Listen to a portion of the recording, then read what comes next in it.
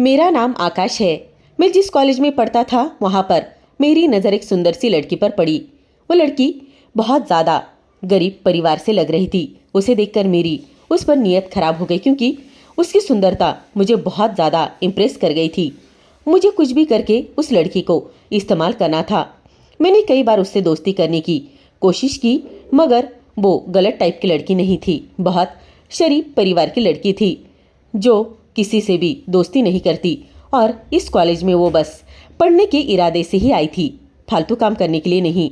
ये अपना भविष्य बनाना चाहती थी, मगर मैं अमीर परिवार का बिगड़ा हुआ बेटा था।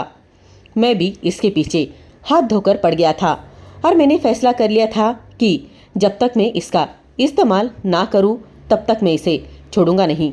मैं धीरे धीरे इसको अपनी बातों में लेने की कोशिश कर रहा था। मैं इसके साथ बात करने की कोशिश करता और दोस्ती बढ़ाने की कोशिश में लगा रहता, मगर ये मुझे इग्नोर किया करती थी। एक दिन मुझे बहुत ज़्यादा गुस्सा आ गया और मैं उसे लेकर ज़बरदस्ती कॉलेज की क्लास के रूम में चला गया, जहाँ पर मैं इसके साथ ज़बरदस्ती करने लगा। उसने मेरे मुंह पर ज़ोरदार थप्पड़ दे मारा और बोली, आइंदा मेरे साथ ऐसा मत करना। अगर ऐसा करने की कोशिश की तो तुम्हारी मैं पुलिस में कंप्लेंट करवा दूंगी और तुम्हें कॉलेज से भी निकलवा दूंगी। मुझे उसके बाद उस पर बहुत ज़्यादा गुस्सा आया और मैं तभी से फैसला कर चुका था कि मैं इस लड़की से बदला ज़रूर लूँगा। मैं इस लड़की के घर परिवार का पता लगाने में जुट गया। ये लड़की अपनी माँ और बड़ी बहन के साथ अकेली ही रहती थी। उसकी माँ हमेशा बीमार रहती। मैंने उसके घर के आसपास अपना एक आदमी छोड़ दिया था ताकि वो उस पर नज़र रख सके कि वो कब क्या करती है, कहाँ जाती है और कब घर में अकेली होती है।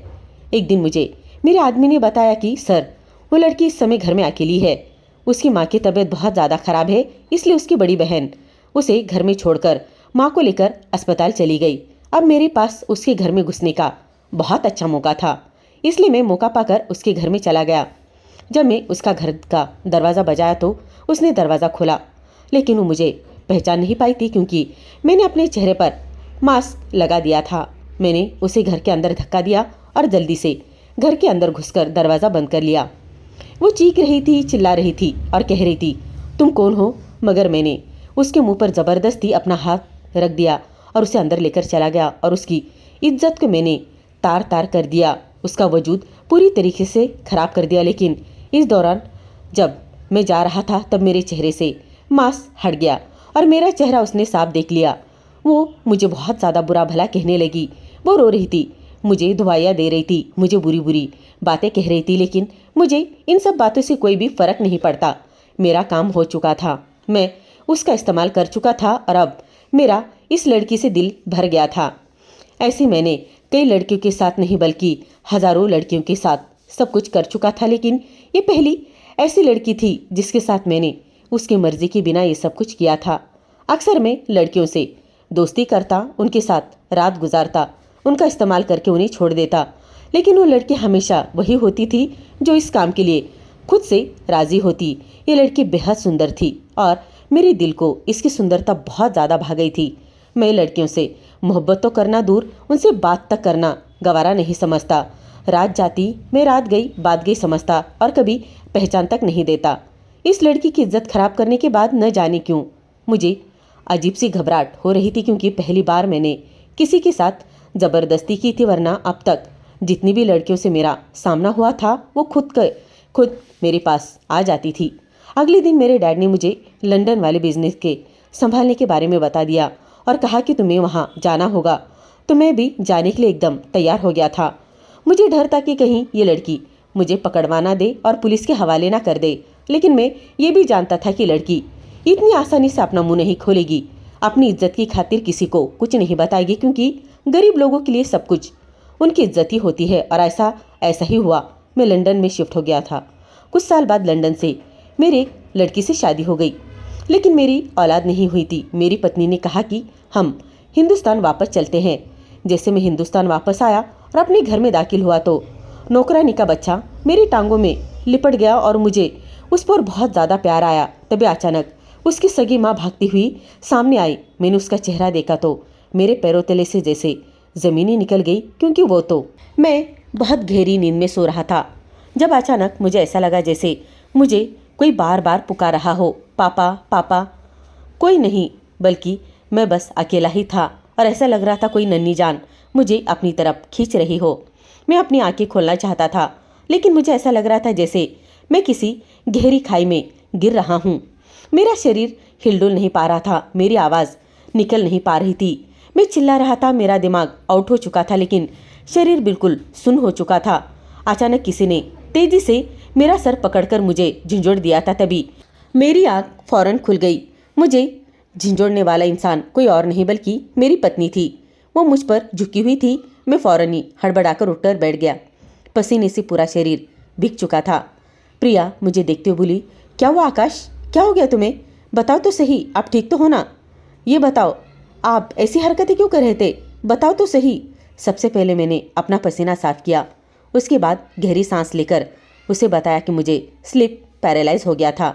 मैं खुद को उठाने की बहुत कोशिश कर रहा था, लेकिन मुझे नींद में इतनी हिम्मत ही नहीं हो पा रही थी कि मैं उठकर बैठ जाऊं।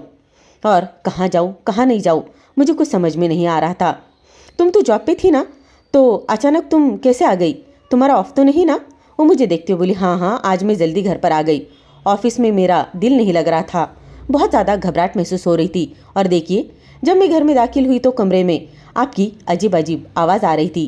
प्रिया फौरन मेरे सीने से लगकर मुझे संभालने की कोशिश करने लगी, जबकि मैं अब काफ़ी बेहतर महसूस कर रहा था।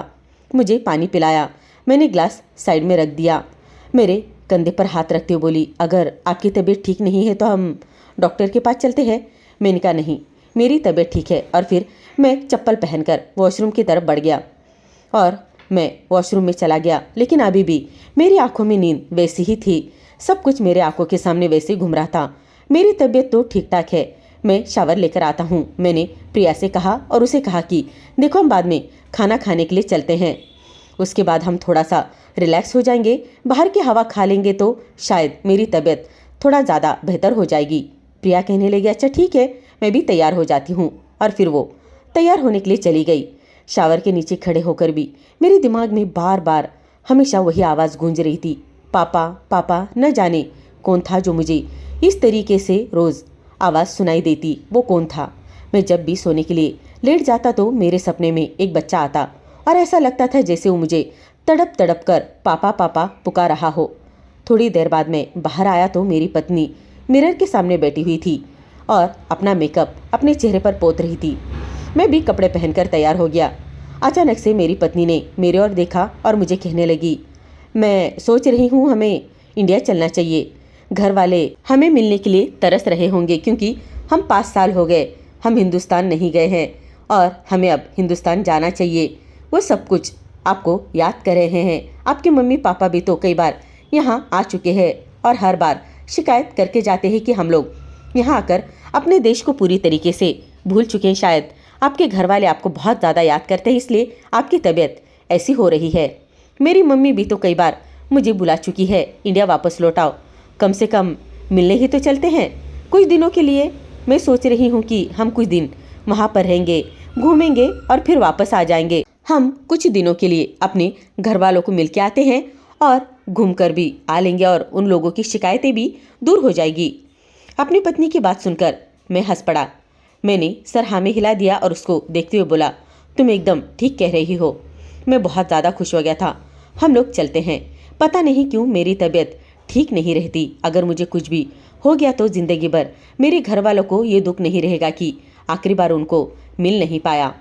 मेरी बात सुनते ही प्रिया तड़प कर अपनी जगह से खड़ी हो गई और मुझे देखकर बोली, अशोक किस तरीके की बातें कर रहे हो? भगवान ना करे कि आपको कुछ हो जाए। आपको तो मेरी सारी उम्र लग जाए। मैं आपकी लंबी उम्र के लिए हमेशा दुआएं करते रहती हूँ। आइंदा ऐसी बातें ना करे और अपने मुंह से ऐसे शब्द ना निकाले। मैं बिल्कुल भी बर्दाश्त नहीं करूँगी। मैं बहुत बुरी हूँ ना, आपको बहुत ज़्यादा ख्याल रखती हूँ। उसकी बात सुनकर मैं खामोश हो गया था और उसके बालों में अपनी उंगलियां फेरते हुए बोला, मैं जानता हूँ प्रिया, तुम मुझसे बहुत ज़्यादा प्यार करती हो, लेकिन बस कभी कभी दिल किसी चीज़ को लेकर बहुत ज़्यादा परेशान हो जाता है। लेकिन मेरे अंदर मुझे खालीपन महसूस हो रहा था। ऐसा लगता था जैसे मैं अपनी ज़िंदगी में कुछ बहुत बुरा कर चुका हूँ और अब मुझे उसकी भरपाई करनी है। मेरी पत्नी मेरी बात सुनकर एकदम से शांत हो गई थी और बोली, देखो मैं आपकी कंडीशन समझ सकती हूँ। हम कई सालों से अपने बच्चे के लिए ट्राई कर रहे हैं, लेकिन अब तक हमारी गोद में कोई भी बच्चा नहीं आया है और हमारे गोद भरी नहीं है। एक पिता के लिए औलाद ना होना बहुत ज़्यादा दुख की बात होती है। हमारी शादी को पूरे 5 साल हो गए, लेकिन अब तक हमने इस खुशी को महसूस नहीं किया है। मगर मुझे उम्मीद है मैं जल्दी माँ बन जाऊंगी और आपकी सारी परेशानियां दूर हो जाएंगी। प्रिया की बातें सुनकर मैंने उसको गले से लगाया और उसका कंधा थपथपाते हुए बोला, अरे तुम उदास क्यों हो रही हो? मेरे कहने का मतलब ये नहीं था, मैं तो सिर्फ ऐसे ही।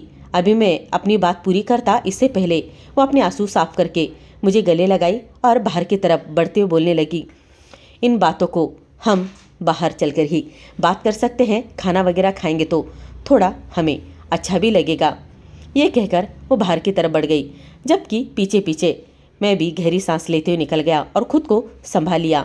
मेरी शादी को पूरे 5 साल बीत गए थे। जिस दौरान मैं यहाँ लंदन आया था, उसके कुछ दिन बाद प्रिया की फैमिली भी यहाँ आई थी। वो लोग मेरी फैमिली को बहुत अच्छी तरीके से जानते थे, क्योंकि वो भी इंडिया के इस शहर से बिलोंग करते जहाँ मैं रहता। हमारी कंपनी एक इवेंट में आई हुई थी, जिसमें प्रिया के पेरेंट्स भी आए हुए थे, तो उनसे मुलाकात मेरे पेरेंट्स की हो गई और इसी बीच हमारे पेरेंट्स ने हमारा रिश्ता तय कर दिया, क्योंकि प्रिया बहुत अच्छी लड़की थी। वो पहले ही अपने काम को लेकर यहाँ रहती थी, इसलिए मेरी फैमिली ने मेरी शादी यहीं पर करवा दी। मेरी पूरे फैमिली का यहाँ आना जाना हमेशा चलता और प्रिया की पूरी फैमिली तो यहाँ पर ही आ गई थी और इसी तरह हम दोनों की शादी बड़े ही धूमधाम से हो चुकी थी। प्रिया एक अमीर परिवार की बेटी थी। वो पढ़ी लिखी और समझदार लड़की थी। शादी के बाद हम दोनों की फैमिली यहाँ से चली गई और हम दोनों यहाँ पर अकेले ही बच गए। उसने मेरा घर संभाल लिया। घर के साथ साथ वो जॉब भी करती थी। मैंने उसे कई बार मना किया था कि तुम जॉब ना करो, तुम आराम करो, लेकिन जॉब करना उसका शौक था, क्योंकि मेरा खुद का बिजनेस था। वो चाहती तो खुद मेरी कंपनी की मालकिन बन सकती थी और उसके बाद लंदन में वो जो चाहे वो कर सकती थी और उससे भी बढ़कर अपने डैड की कंपनी भी संभाल सकती थी। लेकिन उसे जॉब करने का शौक पूरा करना था, इसलिए वो लंदन में दूसरे कंपनी में जॉब करती अपना शौक पूरा कर रही थी और मैंने उसको इस काम के लिए रोका भी नहीं था। उसका कहना था कि मुझे मेरा शौक पूरा करने दो। वैसे भी मैं चाहता था कि अभी वो अकेली है, अभी उसके पास कोई बच्चा भी नहीं है, इसलिए ज़्यादा खुद को अकेला महसूस ना करे। नौकरी करेगी तो उसका ध्यान बटा रहेगा। बेहतर है कि वो अपना ध्यान जॉब पर ही लगाए। उसने जब जॉब से मुझे कोई भी मतलब लेना देना नहीं रखा, तो मैंने सोचा चलो वो अपनी ज़िंदगी जी रही है। वैसे तो हम बहुत अमीर थे। मैं अपनी कंपनी में जाकर काम नहीं करता, फिर भी मुझे कोई फ़र्क नहीं पड़ता, क्योंकि मेरे पास ढेर सारा पैसा था। हम दोनों पति पत्नी की मेहनत थी। यहाँ आने के बाद मैं अपना बिजनेस बहुत अच्छी तरीके से संभाल रहा था। मेरे डैड की 2 कंपनियाँ यहाँ पर थी, जिनको मैं ही हैंडल कर रहा था, और मेरी पत्नी एक बैंक में मैनेजर थी और वहाँ पर वो जॉब कर रही थी। हमारे पास पैसे की कोई कमी नहीं थी। इंडिया में भी मेरी अपनी ज़मीन थी, गाड़ी, सब कुछ हमारे पास मौजूद था। एक खुशी नहीं थी, और वो खुशी हर चीज़ पर भारी पड़ रही थी। वो थी औलाद ना होने की खुशी।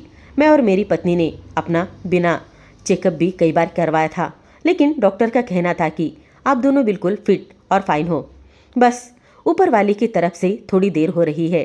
डॉक्टर ने तो हमें बच्चा अडॉप्ट करने की सलाह भी दी थी, मगर मैंने मना कर दिया था, क्योंकि इंडिया में अगर ये बात किसी को पता चल जाती तो बड़ा हंगामा हो जाता। हम खानदानी अमीर लोग थे और हमारी बहुत सारी प्रॉपर्टी थी। बहुत दूर दूर तक हमारा बिजनेस फैला हुआ था, मगर हमारे खानदान के बच्चे हम ही खुद पैदा करते। हमारे मर्दानगी पर हमारे सारे लोग, सारे रिश्तेदार सवाल उठाते और कुछ नहीं, बस इसीलिए मैं ये कदम नहीं उठाना चाहता था। हालांकि मेरी पत्नी ने कई बार मुझसे कहा था कि हम बच्चा अडॉप्ट कर लेते हैं, इंडिया में ये शो करवा देंगे कि ये बच्चा खुद हमने पैदा किया है, हमारा है। मगर मैं ऐसा नहीं चाहता था। मेरा दिल इन चीज़ों के लिए बिल्कुल भी मान नहीं रहा था। कहीं ना कहीं मेरे दिल में ये चाहत थी कि मेरा खुद का अपना बच्चा हो और इस दुनिया में ज़रूर वो बच्चा आएगा। भगवान को ज़रूर कुछ ना कुछ तो मंजूर होगा और वो हमें ज़रूर बच्चा देगा, और हर बेबस इंसान की डिमांड भगवान पूरी करता ही है। मैं रेडी होकर बाहर आया तो पार्किंग तक मैं गाड़ी के पास पहुंच गया और पार्किंग के ज़रिए ही मैं इधर उधर देखने लगा था। मेरी पत्नी किसी और के साथ खड़ी बातें कर रही थी और वो भी रो रही थी। मैं परेशान होकर इधर उधर देख रहा था कि ये क्या कर रही है, और अचानक से रो क्यों रही है? कुछ कहता इससे पहले ही उसने जल्दी से अपने आंसू साफ कर लिए। मैंने जब कहा कि वो औरत कौन थी, मुझे हेलो बोलकर चली गई। मैं अपनी पत्नी की तरफ ध्यान देने लगा और उसको देखते हुए बोला, क्या तुम रो रही हो? जबकि वो कह रही थी, नहीं नहीं, ऐसा कुछ नहीं है, बस ऐसे ही मेरे आँख में कुछ चला गया। कल इंडिया की टिकट करवाइए, हम इंडिया कल ही वापस चलते हैं। मुझे यहाँ नहीं रहना, मेरी तबीयत ठीक नहीं है। उसकी बात सुनकर मैं एकदम से हैरान हो गया था। हम डॉक्टर के पास चलते हैं, क्या हुआ तुम्हें? मैंने अपनी पत्नी से कहा। मैं बार बार अपनी पत्नी से कह रहा था कि देखो, मुझे लगता है तुम्हारी तबीयत अचानक खराब हो गई है, हम डॉक्टर के पास चलते हैं।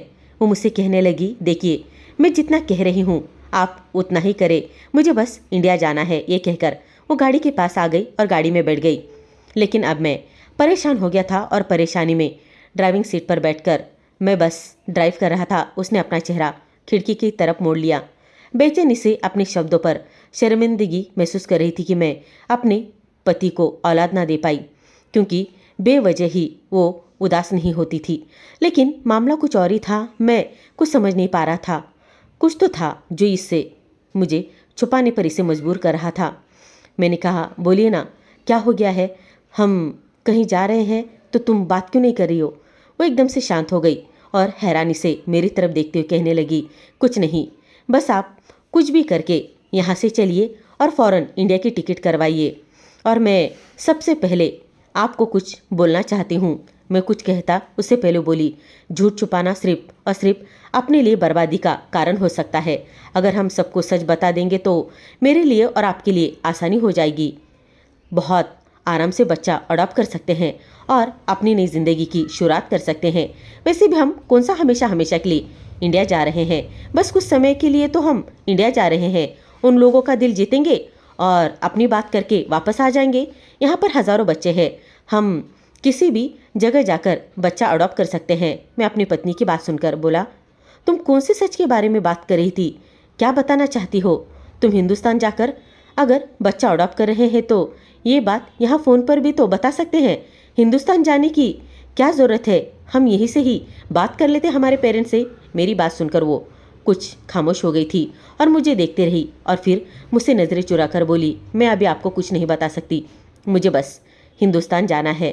बस कह दिया तो कह दिया, अब अपनी बात को दोबारा मैं नहीं कहूँगी और आखिरी फैसला है। उसकी बात सुनकर न जाने क्यों मुझे किसी बड़ी गड़बड़ी का एहसास हो चुका था। मैं अपना हाथ बढ़ा करके उसके सामने अपना हाथ उसके हाथ में रखकर कहने लगा, देखो, जो भी तुम्हारे दिमाग में बात चल रही है तुम मुझे बता सकती हो, शेयर कर सकती हो। मैं तुमसे प्यार करता हूँ, तुम मेरी पत्नी हो, हम दोनों मिलकर वो प्रॉब्लम सॉल्व कर लेंगे। इंडिया जाकर एकदम से इस बारे में ऐलान नहीं करना चाहिए कि हमें बच्चा अडॉप्ट करना है। ये हमारे लिए खतरनाक भी हो सकता है। खानदान की ज़मीन जायदाद से मुझे बाहर भी निकाल दिया जा सकता है। मेरे माता पिता मेरी दूसरी शादी भी करने पर मुझे जोर डाल सकते हैं। मेरे घर वाले ऐसे रिवाजों पर अब तक नहीं मानते हैं कि हमें बच्चा अडॉप्ट करना चाहिए, इसलिए मेरे घर वाले मेरी शादी करवा देंगे। मेरी बात सुनकर मेरी पत्नी कहने लगी, मैं आपसे जितना बोल रही हूँ आपको बस उतना ही करना है। मैं आपकी पत्नी हूँ, आपकी लाइफ पार्टनर हूँ। हम दोनों ही एक ऐसे फैसले पर निर्भर हो सकते हैं। आगे हमारी ज़िंदगी कैसे चलेगी वो हमारा फैसला है, कैसे वो हम खुद तय करेंगे। वो काफ़ी ज़्यादा गुस्से में लग रही थी, उसका चेहरा एकदम से लाल हो गया था। मैंने अपना सपना सब कुछ इधर उधर झटक दिया और अचानक मेरे दिमाग को मैंने अपने हाथ में ले लिया। मैं एक रेस्टोरेंट के सामने जाकर ठहर गया। पुराने समय में कुछ हुआ था, उसको मैं याद भी नहीं करना चाहता था। अगर मैं उसे प्रीति को बता देता तो वो मेरी ज़िंदगी बर्बाद कर देती। मैंने फ़ौरन अपने सारे ख्याल अपने दिमाग से हटा दिए और सीधा रेस्टोरेंट के करीब जाकर गाड़ी से उतर गया और अंदर चला गया। गेट पर ही हम अपने हेलमेट वगैरह रख दिए, जबकि हम चुपचाप एक टेबल पर जाकर बैठ गए। थोड़ी देर बाद वहाँ पर मेनू कार्ड लेकर वेटर आ गया, मेरे सामने आया, मेनू कार्ड दिया, जबकि मेरी पत्नी बहुत ज़्यादा गुमसुम सी कुछ सोच में बैठी हुई थी और मैं बस खामोशी से उसे ही देख रहा था कि वो औरत कौन थी और मेरी पत्नी उस औरत को देखकर क्यों रो रही थी। एक बार दिल में आया कि मैं उससे पूछ लेता हूँ, मगर खामोश रहा। लंदन जाकर मैंने कुछ चीज़ें ज़रूर सीखी थी। एक तो दूसरों की ज़िंदगी में ज़्यादा हमें दखल अंदाजी नहीं देनी चाहिए, दूसरे की प्राइवेट चीज़ों को हमने डिस्टर्ब नहीं करना चाहिए। वैसे तो हम दोनों पति पत्नी थे, लेकिन कुछ लिमिट हमेशा अपने आप पर कायम रखनी चाहिए। हर इंसान का पर्सनल कोई टाइम होता है। अगर हम उसकी ज़िंदगी में ज़्यादा इंटरफेयर करेंगे तो वो भी हमसे बोर हो जाएगी। इसलिए मैंने उस औरत के बारे में उससे कुछ भी नहीं किया और कुछ नहीं पूछा, बस इग्नोर किया और अपना हाथ बढ़ाकर अपनी पत्नी का हाथ थाम लिया। वो मुझे देखती रही। मैं उसकी खोई खोई आंखों में देखता रहा। बोला, प्रिया, तुम परेशान लग रही हो। अगर तुम्हारे दिल में कुछ है, परेशानी है, तो तुम मुझे बताओ ना, कुछ नुकसान नहीं होगा। तुम बहुत ज़्यादा परेशान लग रही हो। देखो, परेशान ना हो, हर प्रॉब्लम सॉल्व हो सकती है और मैं हूँ ना तुम्हारे साथ हर समय। ऊपर वाला हर बार हमारा साथ देता है और हम हिंदुस्तान इन सारी चीज़ों के लिए तो जा रहे हैं और हिंदुस्तान जाकर अच्छे तरीके से हमारी हर प्रॉब्लम सॉल्व हो जाएगी। ये लंदन के डॉक्टर तो पागल ही होते हैं। इन्हें क्या समझ में आता है? इन्हें क्या पता कि हिंदुस्तानी लोगों की क्या फीलिंग होती है, हम इंडियन की फीलिंग में क्या जज्बात छुपे हुए होते हैं। देखो, हम परसों ही इंडिया जा रहे हैं, तो हम किसी स्पेशलिस्ट को तुमसे मिलवाएंगे और मॉम डैड भी तुम्हें किसी बात से कोई परेशान नहीं करेंगे। मैं जानता हूँ लंदन जैसी जगह पर बैठकर अजीब सी बात कर रहा हूँ, लेकिन देखो, कुछ लोग इसका पक्का विश्वास रखते हैं बाबा वगैरह में, तो माँ तुम्हें बाबा के पास भी लेकर चली जाएगी। इस पर विश्वास से ही हम बहुत सारी चीज़ें कर सकते हैं और तुम गर्भवती हो सकती हो। मेरी बात सुनकर उसने कोई भी जवाब नहीं दिया था। वो बस सर झुकाकर धीमी आवाज़ में बोली, मुझे वहाँ जाकर सच बताना है। मैं अब आगे सच को नहीं छुपा सकती। मुझ में इतनी हिम्मत नहीं है। ये कहते ही उसने मुझे अपना हाथ छुड़ा लिया। उसकी बात सुनकर मैं एकदम हैरान हो गया था कि अचानक से उसको क्या हो गया था। तबीयत मेरी खराब थी, तकलीफ में ये लग रही थी, फिर ये किसी तरीके से बिहेवियर कर रही थी। कुछ तो गड़बड़ ज़रूर थी। मैं उसको देखते हुए एकदम से कड़क शब्दों में बोला था, मुझे तुम्हारा व्यवहार कुछ अजीब नहीं लग रहा। तुम्हें क्या हो गया है, बताओ तो सही। मेरी बात सुनकर उसने नज़र मुझ पर डाली और धीमी आवाज़ में बोली, अगर पति को कुछ हो जाए तो उसके बाद उस औरत की हालत क्या हो जाती है। अगर आपको भी कुछ हो जाए तो मैं क्या करूँगी। मैं विधवा का टैग लेकर नहीं जीना चाहती और मैं ऐसा नहीं चाहती। मैं अपनी सारी ज़िंदगी आपके साथ गुजारना चाहती हूँ और इस चीज़ के लिए मुझे थोड़ी हिम्मत करनी चाहिए और सब कुछ ठीक हो जाएगा। उसकी बात सुनकर मुझे अचानक से झटका लगा। औलाद की वजह से इतनी ज़्यादा परेशान नहीं, बल्कि मेरी कहीं ना कहीं उसे ज़्यादा चिंता है और उसे अंदर से चिंता परेशान कर रही थी। मैं उसे देखते हुए बोला, अरे बेवकूफ़, मैंने तो बस ऐसे ही कह दिया था। मुझे अपना दिल भारी महसूस हो रहा था। शायद अपनों की याद आ रही है। हम लोग इंडिया जाएंगे ना तो मुझे बहुत अच्छा महसूस होगा। मुझे कुछ नहीं हो रहा और मैं तुम्हारे दिल को उदास करने के लिए वो बात नहीं कर रहा था। बस अचानक से मेरे मुंह से वो बात निकल गई थी और बाकी कुछ नहीं। मैं काफ़ी देर से चाहता हूँ कि मैं तुमसे प्यार करूँ, तुमसे बातें करूँ, तुम्हारे साथ टाइम स्पेंड करूँ। मैं तुमसे बहुत प्यार करता हूँ प्रीति। तुम्हारी थोड़ी सी भी तकलीफ देखकर मेरा दिल एकदम से तड़प जाता है। वो चीज़ देखकर प्लीज़ तुम इस तरीके से उदास मत रहा करो, और उदास रहोगी ना तो मुझे बहुत ज़्यादा दुख होता है, इसलिए तुम हमेशा नॉर्मल रहा करो। मेरी बात सुनकर वो हल्का सा मुस्कुरा दी और मेरा हाथ थपथपाते हुए बोली, मैं कह रही हूँ ना, मैं इंडिया जाकर आप सबको खुश कर दूंगी, आपकी हर परेशानी दूर कर दूंगी, आपके दिल के जो भारीपन को भी ख़त्म कर दूंगी।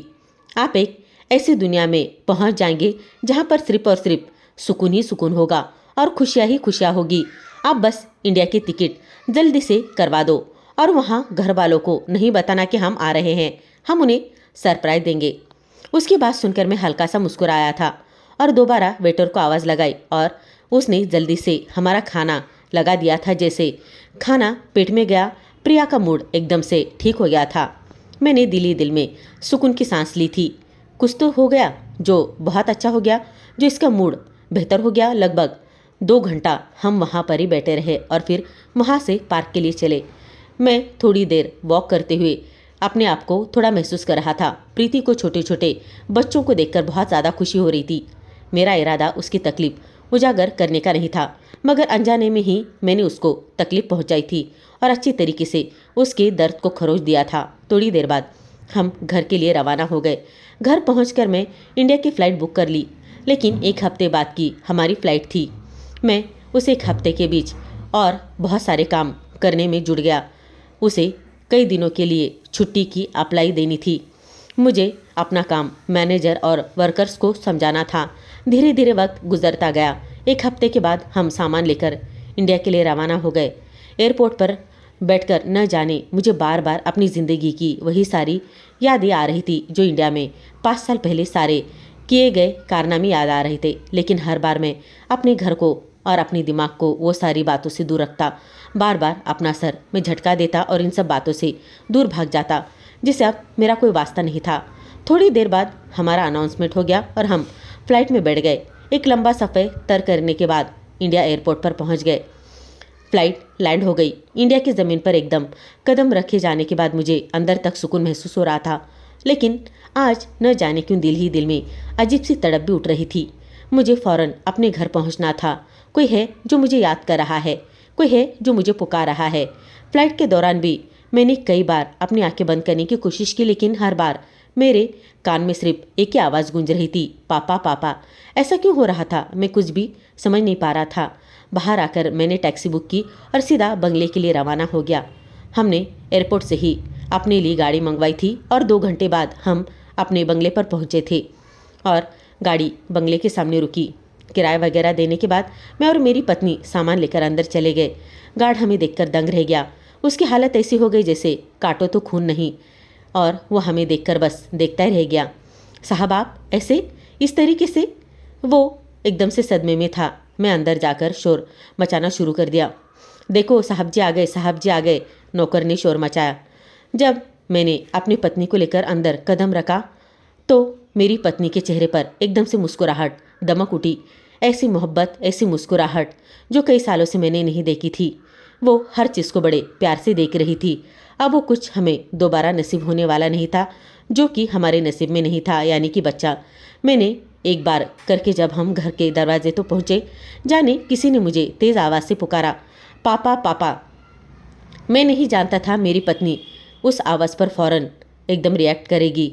जब एक गोल मटोल सुंदर सा बच्चा मेरी जांघों को लिपटकर एकदम से रह गया और खुशी से कहने लगा, पापा पापा, जैसे मेरे आने से उसे बहुत ज़्यादा खुशी हो गई हो। मैं तो बहुत ज़्यादा खुश था कि किसी ने मुझे पापा कहा। मैंने उसे गोद में लिया और उसको देखते ही लगा। नन्हे नन्हे हाथ मेरी तरफ बढ़ते हुए बहुत ही मासूमियत से बोल रहे थे। मैं 5 साल से अपने बच्चे के लिए तरस रहा था। एक छोटे से बच्चे को देखकर मेरा दिल अचानक सी लालच में आ गया और जिस अंदाज में मुझे पापा कह रहा था, मेरा दिल भर आया था। मैं बिना कुछ कहे ही उसे गोद में उठाकर चूम रहा था। मेरी पत्नी अचानक ही 2 कदम पीछे हो गई, लेकिन मेरा ध्यान उस मासूम बच्चे पर ही था। मैंने अपनी पत्नी की तरफ देखा ही नहीं। मैं इस बच्चे के गाल पर प्यार से चूम रहा था। फ़ौरन कहने लगा, बेटा तुम्हारा नाम क्या है और तुम कौन हो? अभी मैं आगे कुछ कहने वाला था कि उसी समय हमारे घर में काम करने वाली पुरानी माँ जी मेरे पास आई। मुझे देखकर पहले उन्होंने खुशी का इजहार किया, फिर उस बच्चे को गोद में लेते हुए बोली, माफ़ करना साहब जी, ये बच्चा नादान है, किसी को भी अपना पिता कह देता है। ये नई नौकरानी है ना निशा, उसका बेटा है। वो 2 महीने से यहीं पर काम करती है। और उसका नाम सुनकर न जाने क्यों मेरे दिल में एकदम से धड़की बैठ गई थी। मेरा दिल धड़कना ही भूल गया था। मैंने इस बच्चे को ध्यान से देखा। न जाने क्यों उसका चेहरा मुझे किसी से मिलता जुलता महसूस हो रहा था। मैंने फ़ौरन ही अपनी नज़रें चुराई। मेरे आने की खबर पूरे घर में फैल चुकी थी। सुबह ही से दरवाजे की तरफ सब लोग आकर खड़े थे। मैंने अपना ध्यान उस बच्चे से हटाकर अपनी पत्नी की तरफ डाला जो एक तरफ खड़ी हुई आंखों में इस बच्चे को देखकर आंसू लाई थी। माँ जी इस बच्चे को वापस सरोवर क्वार्टर में लेकर चली गई। मैं कुछ कहता अपनी पत्नी की तरफ बढ़ता, तभी मेरी मॉम ने अचानक मुझे अपने गले से लगा लिया। मैं सब कुछ भूल गया, अपनी फैमिली में मग्न हो गया। मेरी मॉम, डैड, भैया, दादा, दादी सब मुझे देखकर बहुत खुश हो गए, लेकिन प्रिया की कंडीशन काफ़ी ज़्यादा अजीब हो गई। उसने सिर्फ सबसे हाथ मिलाया था। मेरी मॉम और भाभी वगैरह ने उसे गले लगाने की कोशिश की थी, लेकिन वो खुद से पीछे हट रही थी। उसकी ये आदत मुझे काफ़ी ज़्यादा बुरी महसूस हो रही थी, लेकिन मैं कुछ बोल नहीं पा रहा था। शायद ट्रैवल के थकान की वजह से वो ऐसी हरकतें कर रही थी। हम लोग ड्राइंग रूम में बातें कर रहे थे और बार बार हमसे हमारे हालचाल के बारे में सब लोग पूछ रहे थे। मेरा बंगलो तो वैसे ही बहुत ज़्यादा बड़ा था, लेकिन फर्नीचर में थोड़ा बहुत बदलाव महसूस हो रहा था। मेरी माँ मुझे देखती कहने लगी, बेटा मुझे तो यकीन नहीं हो रहा कि मेरा लाडला घर वापस आ गया है, वो भी पूरे 5 साल बाद। तुमने एक बार भी हमें नहीं बताया कि तुम घर वापस आ रहे हो। अगर हमें बता देते तो हम तुम्हारे लिए कितना अच्छा अरेंजमेंट करके रख देते, तैयारी करते, हम तुम्हें एयरपोर्ट पर लेने के लिए भी आ जाते।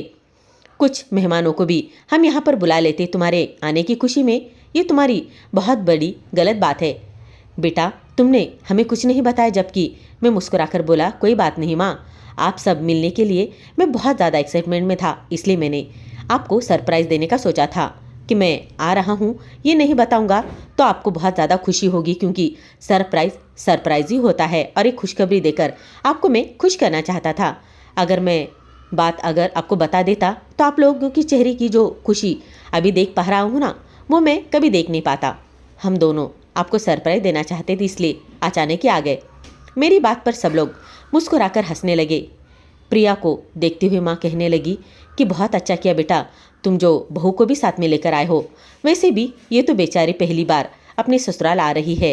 अभी एक काम करो, तुम लोग थोड़ा सा आराम करो, कपड़े वगैरह चेंज कर लो, उसके बाद सब लोग मिलकर खाना खाते हैं। बहू ज़्यादा थकी हुई लग रही है, वो उसकी आंखें तो देखो कितनी लाल हो गई है।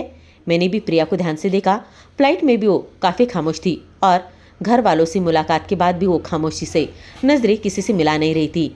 यहाँ आने के लिए इतनी ज़्यादा एक्साइटमेंट में थी और यहाँ देखो घर पहुँचकर उसने किसी के भी साथ ठीक से बात नहीं की थी। अब वो जब यहाँ पर पहुँच चुकी थी तो उसकी चेहरे की खुशी जैसे गायब हो चुकी थी। बंगले के बड़े दरवाजे पर उसका चेहरा खिला हुआ था, लेकिन शायद इस बच्चे के पापा कहने का उसको काफ़ी ज़्यादा अजीब और तकलीफदायक लग रहा था।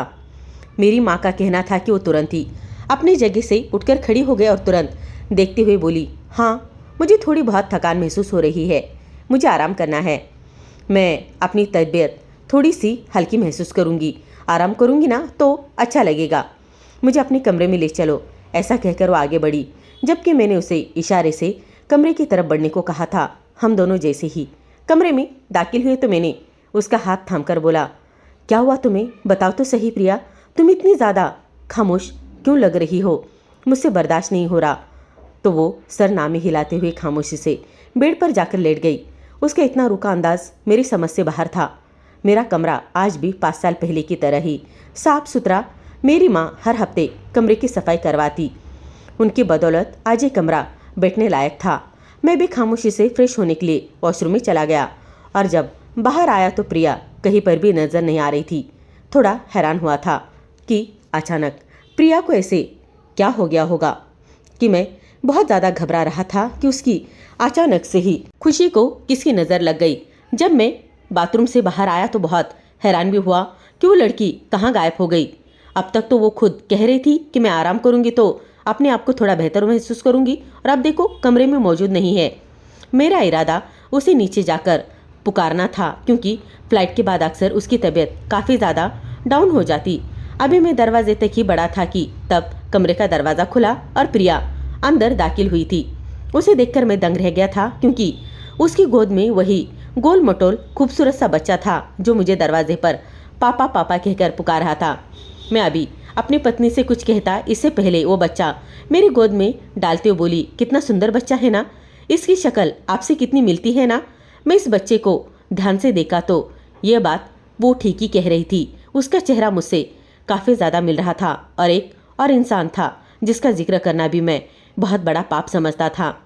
मैंने ये नाम जब सुना तो मैं एकदम से हक्का बक्का रह गया। इस बच्चे का चेहरा मुझसे क्यों मिलेगा? मैंने अपनी पत्नी को गुस्से में बोला, भला मेरा इसे कौन सा रिश्ता है? मैं इसका कौन लगता हूँ जो तुम बोल रही हो कि इसका चेहरा मुझसे मिलता है? देखो ऐसा नहीं हो सकता, आज ये पहली बार है इसलिए तुम्हें ऐसा लग रहा है, वरना मेरा और इसका कोई मेल नहीं है। ये मेरी औलाद थोड़ी हो सकती है जिसका चेहरा मुझसे मिलेगा। वैसे भी बच्चे नादान होते हैं, ये भी लगभग 4 साल का ही है। इतनी कम उम्र में बच्चे ऐसी गलतियाँ कर ही देती है। मेरी पत्नी इनकार में सर हिलाते हुए बोली, हाँ आप ठीक ही कह रहे हो, 4 साल का ही तो है, ये 2 साल का थोड़ी ना है। इस बच्चे के थोड़े बहुत गलतियां हमें माफ़ करनी चाहिए। मैं फ़िलहाल शायद ये गलती कर रही हूँ कि मैं इसे नादान समझकर इसकी बात को दिल पर लगा रही हूँ और इसे कुछ और ही समझ रही हूँ। आपको ये बच्चा अच्छा लगा ना? वो मुझे पूछने लगी। उसकी बात सुनकर मैं बोला, हाँ अच्छा तो लगा, लेकिन तुम इसको यहाँ क्यों लेकर आई हो? इसको बाहर भेज दो और तुम आराम करो। जितना आराम करना था उतना आराम करो तो तुम्हें बहुत अच्छा महसूस होगा। मासी जी ने बताया कि ये एक नौकरानी का बेटा है और मुझे नौकरों से सख्त नफरत थी और मुझे नौकरों से रिश्ता बनाना पसंद नहीं था। मेरी पत्नी मुस्कुराते हुए बोली, ऐसा नहीं कहते, कभी कभी अपने शब्द खुद को ही नुकसान कर देते हैं। ये कहकर वो इस बच्चे को लेकर बाहर चली गई थी। मैंने उसको हैरानी से जाते देखा कि ये क्या कर रही है। प्रिया बहुत एहसासी लड़की थी। कभी उसकी बातें बहुत खुश कर देती तो कभी उसकी बातें बहुत उदास भी कर देती और कभी कभी तो उसके बात करने का अंदाज कुछ और ही होता और कभी वो मुझे सोचने पर मजबूर कर देती थी। लगभग 10 मिनट बाद वो वापस आई थी और बिना कुछ कहे वॉशरूम में चली गई। मैं भी थोड़ी देर बाद वॉशरूम से बाहर आकर बिना कुछ कहे सोने के लिए लेट गया। मैंने भी उसको परेशान नहीं किया और आंखें बंद करके खुद भी गहरी नींद में सो गया। समय धीरे धीरे गुजरता गया। मेरी आंख रात के समय खुली थी, लेकिन आज मुझे बहुत सुकून महसूस हो रहा था। एक बार भी मेरे सपने में उस बच्चे की आवाज़ नहीं गूंजी और ना ही मुझे स्लिप पैरालाइज हुआ था। बस मैं सुकून से सो गया और सुकून से ही उठ गया। मैं उठकर बैठा तो कमरा पूरी तरीके से खाली था। ज़रूर फिर से मेरी पत्नी उस बच्चे के पास चली गई होगी। मैं फ्रेश होकर नीचे पहुंचा तो घर में बहुत अच्छी खुशबू फैली हुई थी। मैं खामोशी से जाकर अपने डैड के बराबर में बैठ गया। मैं अभी कुछ कहता कि इससे पहले ही मेरी मॉम किचन से बाहर आई और मुझे प्यार से कहने लगी, बोलो बेटा, मैं तुम दोनों की पसंद का खाना बना चुकी हूँ, तो खाओगे? अब साथ मिलकर ही खा लेते हैं। और प्रिया तुम्हारे साथ नीचे क्यों नहीं आई? तो मैंने कहा, वो तो पहले ही नीचे आ चुकी है। तो माँ कहने लगी, नहीं बेटा, वो नीचे नहीं आई। उनकी बात सुनकर मैं बहुत हैरान हो गया। उनको देखा और फिर फौरन कहने लगा, वो कमरे में तो नहीं है। मैं समझा कि वो नीचे आ गई हो, फिर कहाँ चली गई है। मुझे एकदम से परेशानी होने लगी थी। मैं अपनी जगह से खड़ा हो गया और मॉम को देखते ही बोला, उसे घर के बारे में ज़्यादा जान पहचान नहीं है, उसने अभी घर ठीक तरीके से देखा भी नहीं है। मैं उसको सुबह ही यहाँ पर लेकर आया हूँ, पता नहीं वो कहाँ चली गई है। तब अचानक किचन से माँ जी बाहर आई और कहने लगी कि अरे बेटा, मैंने तो छोटी बहू को निशा के कमरे की ओर जाते हुए देखा है। निशा नौकरानी यानी कि उसके कमरे की ओर जाते हुए देखा है।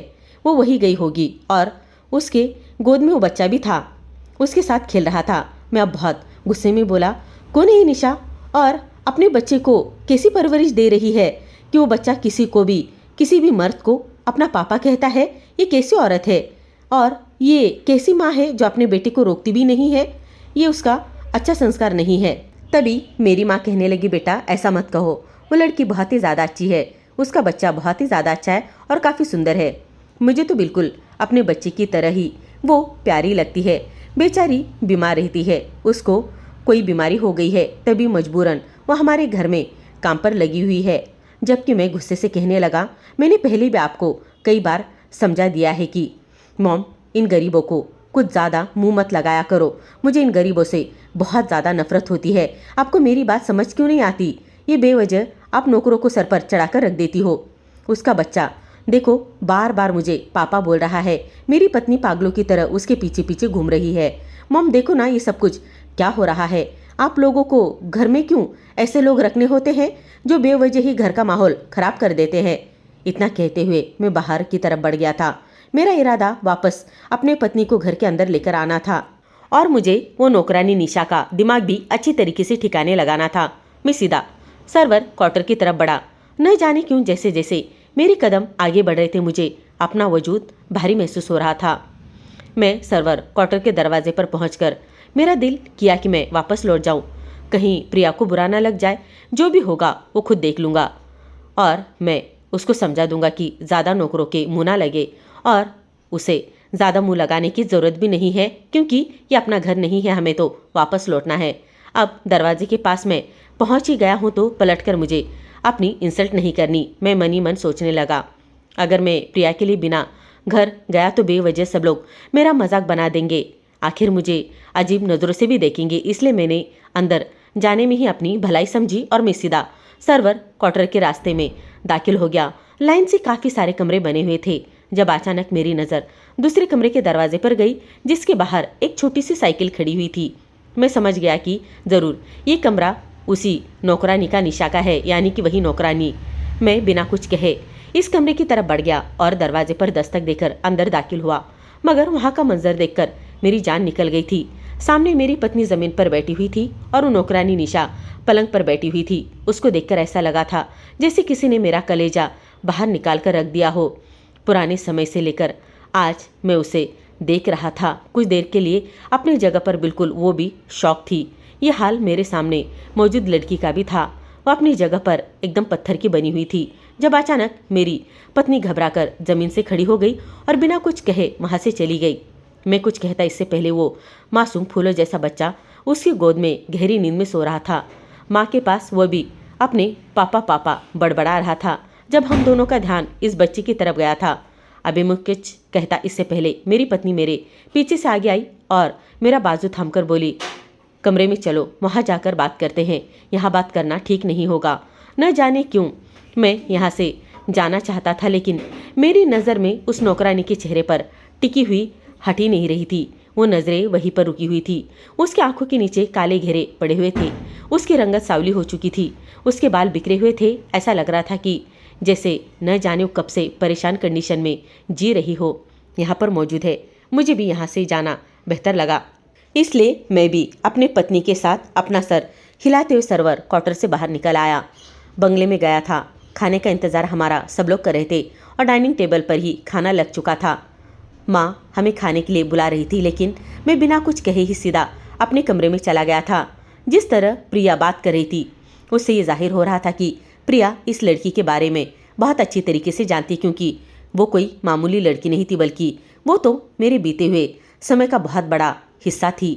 मैं कमरे में दाखिल हुआ तो प्रिया सोफे पर बैठकर रोने लगी। कई देर के लिए मेरी अपनी हालत भी कुछ ऐसी ही थी। जिस पाप को याद करके मैं हर रोज़ तड़पता था, जो मुझे हर समय तकलीफ में डालकर झंझोड़ता था, वो पाप कहीं और नहीं बल्कि मेरे अपने घर में मौजूद था। मैं कुछ सोचकर प्रिया के बराबर में बैठ गया था। मैं कुछ सोच ही रहा था, इससे पहले वो धाड़ मारकर रोने लगी। उसका इस तरीके से रोना मुझे बहुत अजीब लग रहा था, बल्कि मुझे तकलीफ में डाल रहा था। मैंने शब्दों में बोला, मुझे कुछ बताओगी कि सिर्फ रोना ही शुरू कर दोगी?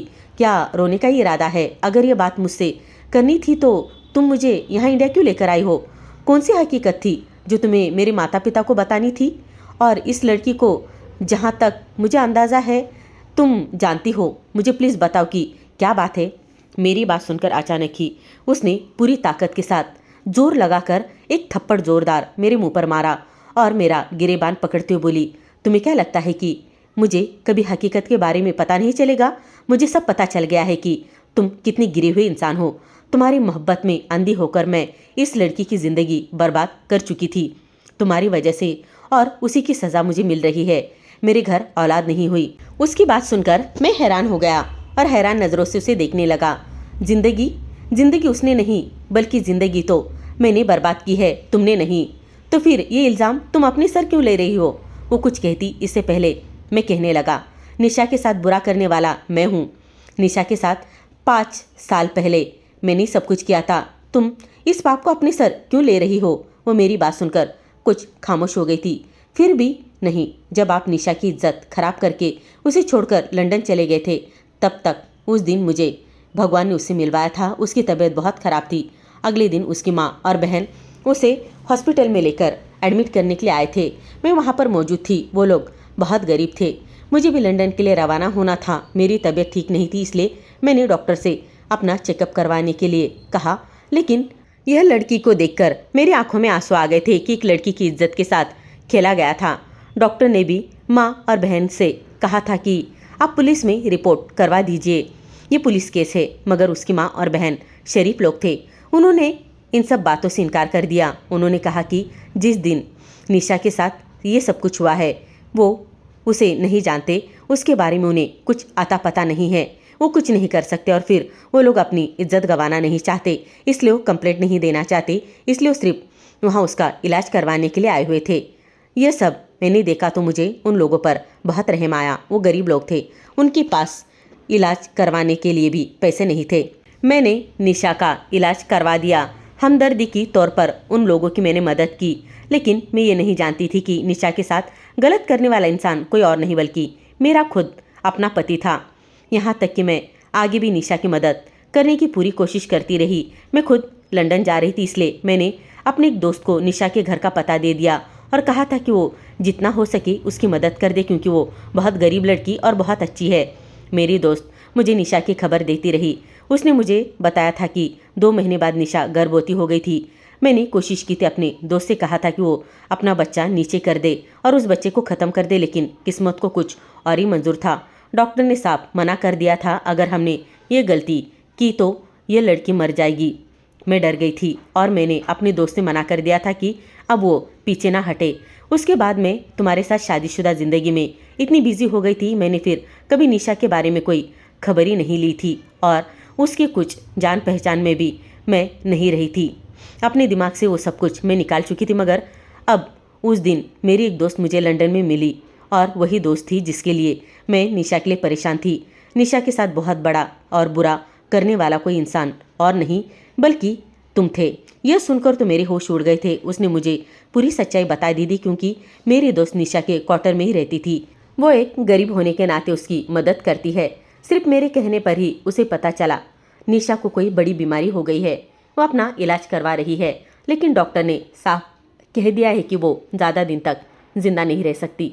कुछ ही दिनों में वो इस दुनिया को छोड़कर चली जाएगी और वो अकेला अपना बच्चा खुद की ज़िंदगी ऐसे ही बेजान गुजारेगा। निशा की मदद करने वाला कोई नहीं था क्योंकि उसकी बहन की शादी हो चुकी थी और उसकी माँ इस दुनिया को छोड़कर कब की जा चुकी थी। अपने बच्चे को लेकर वो दर दर की ठोकरें खा रही थी। उसकी मदद करने वाला अब कोई नहीं था, इसलिए उसने लोगों के घर में जाकर काम करने का फैसला कर लिया। और देखो, तकदीर ने उसे खींचकर तुम्हारे घर पर ही लाकर छोड़ दिया। जब वो यहाँ आई और उसे पता चला कि वो तुम्हारा ही घर है तो उसने तुम्हारी तस्वीर देख ली। तब उसे एहसास हुआ कि जिस दरिंदे से उसकी इज्जत खराब हुई थी वो उसी के घर में आई हुई है। तब वो बहुत ज़्यादा रोई और उसने यहाँ से जाने का फैसला भी कर लिया था। तुम्हारी माँ ने बहुत इज्जत दी उसको, मदद की उसको और यह बेहतर लगा कि वो यहीं पर ही रहकर सारा काम निपटा सकती है और अपनी देखभाल कर सकती है क्योंकि तुम तो वहाँ थोड़ी ना रहने वाले थे। तुम तो वहाँ नहीं थे, तुम तो लंदन में रह रहे थे। इसलिए वो वहाँ खामोशी से काम करती रही। इस तरीके से वो अपना इलाज भी करवा रही थी और अपने बेटे का भी ध्यान रख रही थी क्योंकि यहाँ उसे रहने का भी इंतज़ाम हो गया था। इसी तरह वो अपने बेटे को लेकर खामोशी से यहाँ रह रही थी। एक दिन उसकी मुलाकात मेरी दोस्त वैशाली से हुई थी, जो मेरे कहने पर हर बार उसकी मदद कर दिया करती। अब की बार निशा खामोश नहीं रही और उसने मेरी दोस्त को सब कुछ बता दिया था। उसने सब कुछ मुझे बता दिया और इसी दौरान मेरी मुलाकात मेरी दोस्त के हस्बैंड से भी हुई, जो उन्होंने भी मुझे सब कुछ बता दिया। तो अभी उसकी और मेरी मुलाकात यहाँ पर मेरे ससुराल में हो गई। मुझे बहुत ज़्यादा अजीब लगता है। उसके साथ बुरा करने वाला और कोई नहीं बल्कि तुम हो। और मुझे लंदन में 1 मिनट भी अब रहा नहीं गया और मैंने फैसला कर लिया कि मैं वापस जाकर निशा और उसके बेटे से मुलाकात करूंगी और तुम्हारी सच्चाई सबके सामने लेकर आऊंगी। मुझे नहीं पता था कि जिस लड़की से मुझे इतनी हमदर्दी है वो वही लड़की मेरे पति की दरिंदगी का शिकार बनी हुई है। प्रिया की बात सुनकर मैं पूरी तरीके से खामोश हो गया था। मुझे इसमें प्रिया की कोई भी गलती नज़र नहीं आ रही थी। सबसे बड़ा गुनहगार इंसान तो मैं ही था। प्रिया ने तो उसकी हिफाजत की थी। वो तो जानती भी नहीं थी कि सच्चाई क्या है। उसे तो सच्चाई बहुत समय बाद पता चली और जब पता चली तो खुद पर काबू ना कर सकी और मुझे यहाँ लेकर आ गई। मैं कोई अच्छा इंसान तो नहीं था जो अपनी पत्नी पर इल्ज़ाम लगा सकता था। निशा ने कॉलेज में बेवजह मुझ पर हाथ नहीं उठाना चाहिए था, बल्कि मेरी गलती थी जो मैंने ही उसके साथ बुरा किया था। उसको खिलौना समझकर इस्तेमाल करना चाहा था। जब वो हर चीज़ के लिए राज़ी नहीं हुई तो मैंने ज़बरदस्ती उसका इस्तेमाल कर लिया था। वैसे भी मैं शुरू से ही अमीर पिता की बिगड़ी हुई औलाद थी। मैंने पूरे प्लानिंग के साथ उसकी इज्जत खराब की थी और फिर लंदन जाने के बाद मैं पूरी तरीके से भूल गया था। हाँ, कभी कभी मुझे अपनी गलती पर शर्मिंदगी महसूस होती थी, इसलिए मैंने खुद को लंदन जाकर पूरी तरीके से बदल लिया था। और मैं प्रिया से शादी करने के बाद तो वैसे भी दिमाग से फालतू बातें निकाल चुका था और मैं सिर्फ अपनी पत्नी का ही होकर रह गया था। और आज 5 साल बाद उसको अब यहाँ इस हालत में देख रहा था। मैं पत्थर का बन चुका था। जिस औरत से मैं सब कुछ छुपाना चाहता था वो सारी सच्चाई उसके सामने आकर ठहर चुकी थी और कुछ मैं सच ऐसे थे जो उससे नहीं बयान कर सकता था। अब मुझे सब कुछ ठीक करना था जो मैंने बिगाड़ा था। शायद ऊपर वाले ने मुझे इसीलिए हिंदुस्तान भेजा था। वह नन्ही सी जान जो हर रात मुझे सपने में आकर पुकारा करती, आज वही नन्ही सी जान मेरे सामने थी। मैं अपनी आंखें बंद करके सब कुछ सोच रहा था। मैं वापस सर्वर क्वार्टर में आया और बिना कुछ कहे निशा के कमरे में चला गया और उसके पैरों में गिड़गिड़ाकर बैठकर माफ़ी मांगने लगा। मुझे ऊपर वाले ने बहुत बुरी सज़ा दी है। ऊपर वाले ने मुझे बर्बाद कर दिया। मैंने जब निशा के पाँव को हाथ लगाया तो फ़ौरन ही पीछे हट गई। मैंने सर झुकाकर बोला, निशा मुझे माफ़ कर दो, मैं पछतावे के घड़ी में गिर चुका हूँ। मुझे समझ आ गया है कि मेरे घर औलाद क्यों नहीं हो रही है। मैं तुम्हारी ज़िंदगी बर्बाद करके कुछ सुकून से नहीं जी रहा हूँ, सारी ज़िंदगी तड़पता रहा हूँ। तुम्हें नहीं पता मेरे पास कितनी ज़्यादा धन दौलत है, लेकिन मैं हर रात तकलीफ़ से गुजारता हूँ। हर रात ये मासूम बच्चा मेरे सपने में आता है, मुझे डैडी डैडी कहकर पुकारता है। उसने मुझे खूब बातें सुनाई, कहा था कि आपकी वजह से मैं कहीं की नहीं रही, यहाँ तक कि मुझे एक ऐसी बीमारी लगी है, मैं ज़्यादा समय तक जिंदा तक नहीं रहूँगी और अपने बच्चे की परवरिश भी नहीं कर पाऊँगी। उसको कैंसर हो गया था जो कि काफ़ी हद तक बढ़ गया था। उसने कहा, अशोक हम गरीबों के लिए हमारी इज्जत बहुत कुछ होती है। मैं भी एक माँ की इज्जतदार बेटी थी, लेकिन देखो आज नौकरानी बन चुकी हूँ और मेरे साथ कोई भी नहीं है। ये सब कुछ तुम्हारी वजह से हुआ है। मैंने उससे वादा किया कि मैं तुम्हें बचा लूँगा, तुम्हारा इलाज करवाऊँगा और अपने बेटे को भी अपना नाम दूँगा। मैं तुम्हें अपनी पत्नी का दर्जा दूँगा। तुम्हें बेटे के परवाह करने की कोई ज़रूरत नहीं है। अब मैं आ गया हूँ ना, जो अब सब कुछ ठीक कर दूँगा और सब कुछ जो बर्बाद किया था वो अब मैं सही कर दूँगा। मगर उसने कहा, ऐसा नहीं हो सकता। मैंने कहा, ऐसा मत कहो, मैं तुम्हें अपने साथ लंदन लेकर जाऊँगा, वहाँ तुम्हारी ट्रीटमेंट करूँगा। उसने कहा, नहीं, मैं मरना पसंद करूँगी लेकिन आपके साथ जाना नहीं। वो एक पक्का फैसला कर चुकी थी। मैं अब अपनी गलतफहमी और नहीं छुपा सकता था और एक गलती पर पर्दा डालना नहीं चाहता था। मैंने निशा और अपने बच्चे को अपने साथ लिया और बंगले के अंदर चला आया और मैंने अपने घर वालों को सारी सच्चाई बता दी। मेरे तो सब घर वाले दंग रह गए थे। मॉम तो फूट कर रोने लगी। डैड को भी बेहद गुस्सा आया था। आज सच्चाई जानकर मेरा कलेजा मुँह को आ गया था, लेकिन जब मैंने सबको बताया कि मैं इस बच्चे को बेसहारा नहीं छोड़ूंगा, इसको अपना नाम दूंगा, तो सब हैरान हो गए। प्रिया भी खामोशी से खड़ी सब सुन रही थी। एक तरफ उसके साथ गलत हुआ था, लेकिन प्रिया भी इसके लिए तैयार थी कि मैं बच्चे को अपना नाम दूं और निशा को अपने साथ लेकर लंदन चलूं।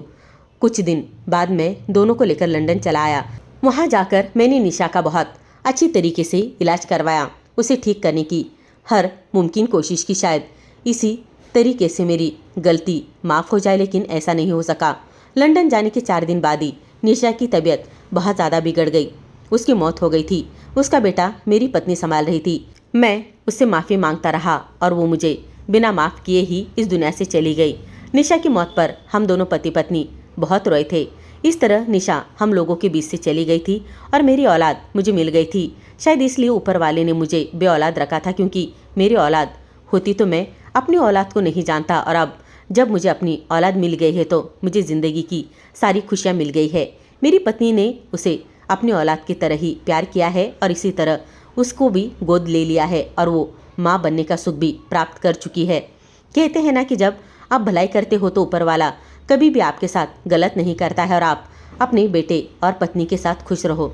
लेकिन मुझे आज भी निशा की याद आती रहती है और आज भी पछतावा होता है कि काश वो मरने से पहले मुझे माफ़ कर देती। लेकिन यह अच्छा हुआ कि ऊपर वाले ने उसकी सांस तब बंद की जब उसकी अमानत मेरे हवाले हो गई, वरना न जाने मेरे बेटे का क्या होता।